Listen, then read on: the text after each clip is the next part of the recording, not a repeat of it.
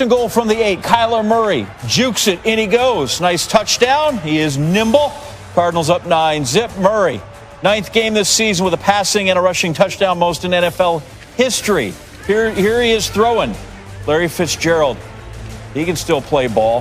First TD catch of the season, 121st of his career. Remarkably, now has a TD catch in all 17 seasons in his career. Tied for the second most with a TD catch in NFL history in terms of seasons. Jalen Hurt, right back at you. Greg Ward Jr.'s got it. Hurts threw 3 touchdown passes in the first half, making his second start. Won the first one, energized the team as Coach Peterson wanted. 26-20 Eagles were down at the break. Into the third. Murray in the red zone. That's a bad hiccup right there. Intercepted in the end zone by Marcus Epps. First red zone interception of the season for Murray. Hurts, he's not afraid to run it as well. Tuck it, go, fights through, drags himself into the end zone. That's a good lunge right there. He's the first cat with 500 passing yards and 150 rushing yards in his first 2 career starts. We're tied at 26 after a failed PAT. Fourth quarter, 3rd and 8 from the 16. Murray finds DeAndre Hopkins, and Hop gets plenty. Got his man on skates. He goes for 40. Murray then hits Hopkins again. Sometimes the best players just make the best plays. 33-26. I mean, this is a great catch and gets himself into the end zone. Asked about it after the game. Tell me. For holding it and falling on that touchdown, it looked like you already knew that you had it. At what point in the play did you know? As soon as it touched, like these fingers, as soon as it touched them. Which catch do you think was better, yours or Larry's? Well, shoot, I'm gonna have to go Larry, man. That dude like 10 years older than me. I hope I can do that at 40 something. I mean 30 something. So it's a compliment, but there was some ageism in there from him. 30 seconds to play. Eagles down 7. Hurts fumbles, but he'll just pick it up. Dallas Goedert's got along the sideline. Gain of 14, clutch play. 2 seconds left. They tried one Hail Mary, didn't work. They got 2 seconds left, so Hurts again heaves. And Phil Deinhorn, no. Cardinals are going to win it 33-26. Now let's hear from Boomer and Sooner. We just stuck it out. Stayed down, and kept fighting. I mean, obviously, like you said, we felt like we made it a little closer than it had to be. It's a great team over there. They got great players. They played well game today. So we stuck it out. We got the win. It obviously feels good to win. Left money on the table, missed opportunities, and self-inflicted wounds. And I could care less to hear any of the young stuff, second start stuff, rookie stuff. We have a standard we want to play to. I personally have a standard I want to play to, and you just got to find a way to get it done. All right, it wasn't 28-3, but the Falcons did touchdown. And then later in the first, that's one of them Dr. Pepper scholarship passes over there from Mahomes to Travis Kelce. 600 career reception. Only 2 Chiefs have ever hit that number. The other one, also a tight end, Tony Gonzalez. 14-zip, 20 seconds left in the half. They punted away to Marcus Robinson. I guess I'll pick it up. Now I got to run away from the guys in black shirts, but they're like ninjas. Oh, boy. And that ball's free. We're scrambling for it. Get out of it for a touchdown, and no. Out the back of the end zone. That is a safety. Craig Robertson forces the fumble. Alex Anzalone can't quite get on it. Look at him, bless his heart. He's got to be the sickest man in America. So instead of being tied at 14, it's 14-9. Chiefs still have the lead. Looking, and decides maybe I can't get it all. Latavius Murray, okay, I'll get it all. Just give me the ball, I'll make the play. Saints don't make the 2-point conversion, but they do have the lead. 15-14, don't go for 2. Later in the third, Chiefs 2nd and goal. They rediscover their offense here. Mahomes, McCole, Hardeman, great catch. And this is your buy time. Guys coming after you. The sideline's right there. Next gen, 28.7 catch probability after he was just 4 yards from being out of bounds. 100% Chiefs took the lead. Fourth quarter, 2nd and 9 for the Chiefs. Mahomes, incomplete, looking for Robinson. During the play, Cameron Jordan called for unnecessary roughness. And we got the second guy there. Second personal foul, ejected from the game. Get out, you're bad. Marcus Davenport's in. They're going to go right at the 2s. Little option play there. Mahomes to Le'Veon Bell, 12-yard score. That's how they used to do it down there in the triple option in the Big 8 and the like.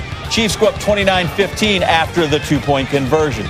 Saints close the gap to 7. Handoff, Clyde Edwards-Helaire, the fine rookie. That's not what they want to see here. He is down after the play. Got to be hobbled off. Chiefs say injuries to the hip and leg, but x-rays were negative after the game. Certainly they'll re-examine him, learn more on that Monday or later in the week. It's 32-22 after a field goal. Bo Jordan Humphrey hauls in a touchdown pass. 3-point game, Chiefs. They don't need points here. What they need to do is run the clock out. First down, and then they get more because Bell got a face mask there. His head stayed on, which was good. And the Chiefs are going to be 13-1 after a 32-29 win. The Chiefs improved. Has been 13 wins in 14 games, tied with the 2011 Packers, 98 Broncos, 1990 49ers for the best start through the first 14 games of a season by the defending Super Bowl champ. The Packers, by the way, their one loss to KC. Among those three teams that started 13-1, only the 98 Broncos went on to repeat as Super Bowl champs. Now, a word from Patrick. You got to be able to win games in this league. I mean, that's it at the end of the day. I mean, it looks cool and it feels awesome to win by 20, 30 points. But when you have a team that can find a way to win with their offense, the defense, and special teams every single game and find a way to win no matter what the score is, those are the teams that make runs at the end of the year. You know, you figured this one would be close. I mean, it's a good football team. So they're coming off a loss, so you knew you were going to get their best shot. Like we have with most of the teams that have played us. I mean, they've bear down and given us what they've got. So I'm proud of our guys for staying mentally strong and working through everything. At this point, I mean, listen, every game's so important. Down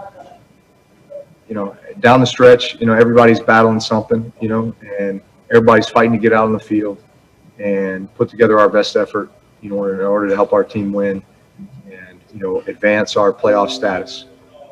And right now, the most important thing is getting our next win so we can officially win the division. And then we'll worry about the next one after that. But as far as I'm concerned, we have a one-game season, and that's this coming Friday night. Heard from Drew Brees, has the highest career completion percentage in NFL history. Struggled his return Sunday, completed just 44% of his throws. Third lowest rate in a game in his career, his lowest since 2006 against the Giants. That's just un-Brees-like. True. Tim's back with us now. I'm a fan of that play, Mahomes, that quick little forward pitch. But we're going to talk about Brees. When we heard he had 11 ribs broken, we're all like, do we even have 11 ribs? That's a lot to come back from. John pointed out he throws 3 touchdowns, but his percentage was way off from what we're used to. What did you make of his return?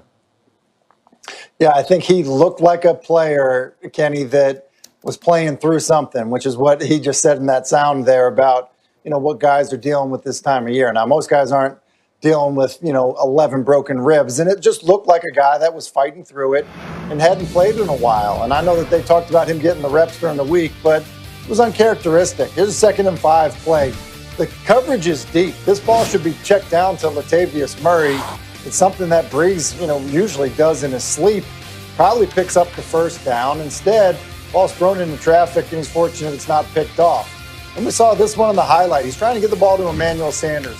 Sanders ends up getting doubled, and so Brees sees it late, kind of confused by it, tries to regrip, kind of reset, and get the ball outside. But he's late with it because of that, and now all of a sudden the ball is picked off because it's late and inside. And then on this one here, he's trying to, he's facing too deep. He's trying to throw the ball down the middle. Just stares down Jared Cook. He's running down the middle of the field. It brings the backside safety, Tyrann Mathieu, into play. And so he just looked like a guy that hadn't played in a while. Looked like a guy that was coming off of an injury. And look, it's probably a good thing for the Saints to have him have that game now rather than in the postseason. But certainly was a difference in the football game today. Tim, don't go anywhere unless you got more important business than us. We have one more for you to comment on. It's done. Both teams fighting for a playoff spot, even though, oddly enough, one was 9-4, the other one was 5-8. Browns a chance to get to 10 wins for the first time in 13 years, just the second time in 25 years. Now the Giants, they've had some COVID, so they don't have an offensive coordinator that's usually there, and that's an odd 4th and 5 kind of play. Riley Dixon's pass is incomplete. We look at this again. Punter Riley Dixon drops back to throw. Center Nick Gates is right there, but it's the kicker, Graham Gano, who's the open one. And, sometimes the centers just, they're dancing bears. Baker Mayfield throws it, got his man, Austin Hooper. And the Browns go up 7-3. feel like that might be enough points to win this game. Later in the second, 4th and 2, Giants are going for it. Wayne Gallman stopped short of the first down deep in their own end. Turn it over on downs. Giants, first team to turn it over on downs twice in the red zone in the first half since 2006. Later in the second, Mayfield, Jarvis Landry, he comes in. That guy's found his game. Baker Mayfield, 17 of 19, 172 yards, 2 touchdowns in the first half. It's 13-3 lead. Mayfield, well, you know what? Let's go more. This team's going to make the playoffs, which they've done once in the last 13 years. Rashad Higgins, that's a gain of 20. Later in the drive, Nick Chubb, damn good dog. Looks like he may bounce that outside. Nope, sticks his head in there, gets between the tackles, scores. It's 20-3, and the final score is 20-6. No touchdowns for Colt McCoy. Tim Hasselbeck joins us now for his Sunday night analysis. And as always, with the warning, if somebody better comes to the podium, you're out. We'll cut you off in mid-sentence. It's the thing. Baker Mayfield, John just described, made some really nice throws. Looked like he had a lot of time as well. What impressed you about his performance? Well, he definitely played well. He definitely had some good protection, Kenny. You're right about that. He just looks comfortable and really playing probably the best football of his career right now.